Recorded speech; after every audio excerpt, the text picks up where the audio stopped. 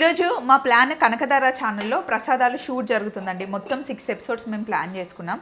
అయితే కిచెన్ని ఇలా సెటప్ చేసుకుంటూ ఉంటున్నాము. ప్రసాదాలు ఇత్తడి గిన్నెలో వండుతున్నప్పుడు, ప్రసాదాలు ఇత్తడి గిన్నెలో చేస్తున్నప్పుడు వాటిని మెయింటైన్ చేయడం కష్టం కదా స్వప్న. ఏం చేస్తున్నారు, ఎలా క్లీన్ చేస్తున్నారు అని అడుగుతున్నారు.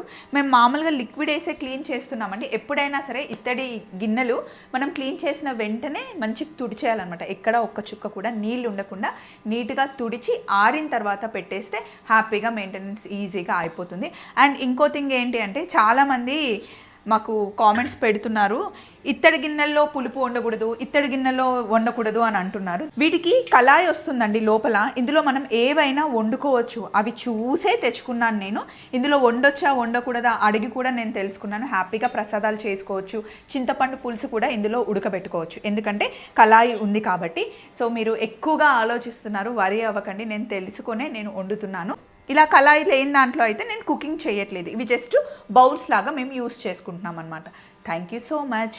ఇదేమో నెయ్యి, ఇంట్లో కాచిన నెయ్యి, ప్రసాదాల మట్టుకే యూస్ చేస్తున్నాం అనమాట. బాయ్.